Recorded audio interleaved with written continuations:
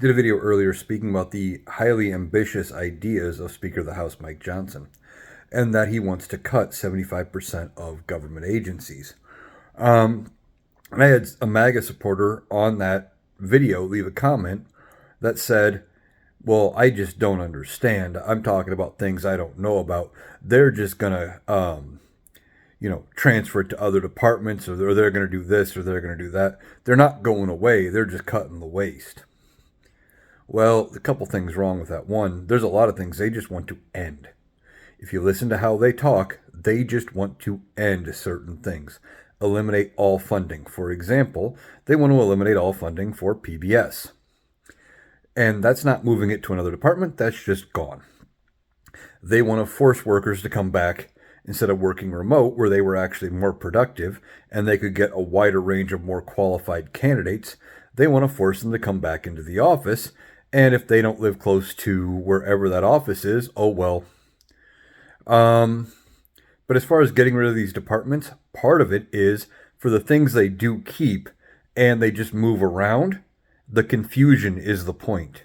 Like right now, the Department of Education handles Pell Grants. They handle all the financial aid. They handle student loans, things like that.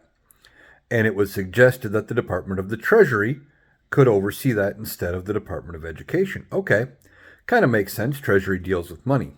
But now the Treasury has to come up with and do all of the things that education did. Now, if there's something about transferring all of it over and making it seamless and you just moving that department out of the Department of Education over, but it sounds like they're just going to add the workload on to other employees at the other department. So that's not very efficient, and now they have to refigure out how to do it all and set all the standards and all of that.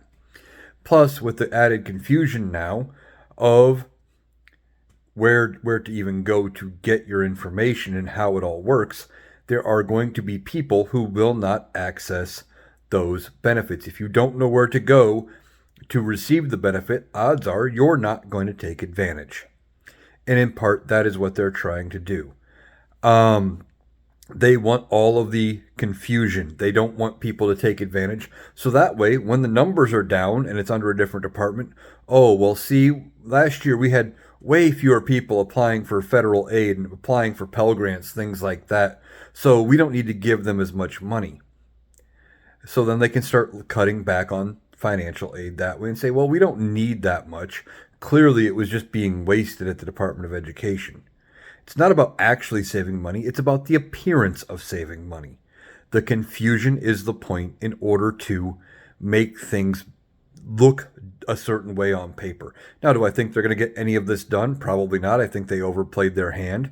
And especially with special elections, coming for 3 or more House seats and at least 1 Senate race, all these talking points can be ran in ads for this special election. And special elections get weird. Yes, it is.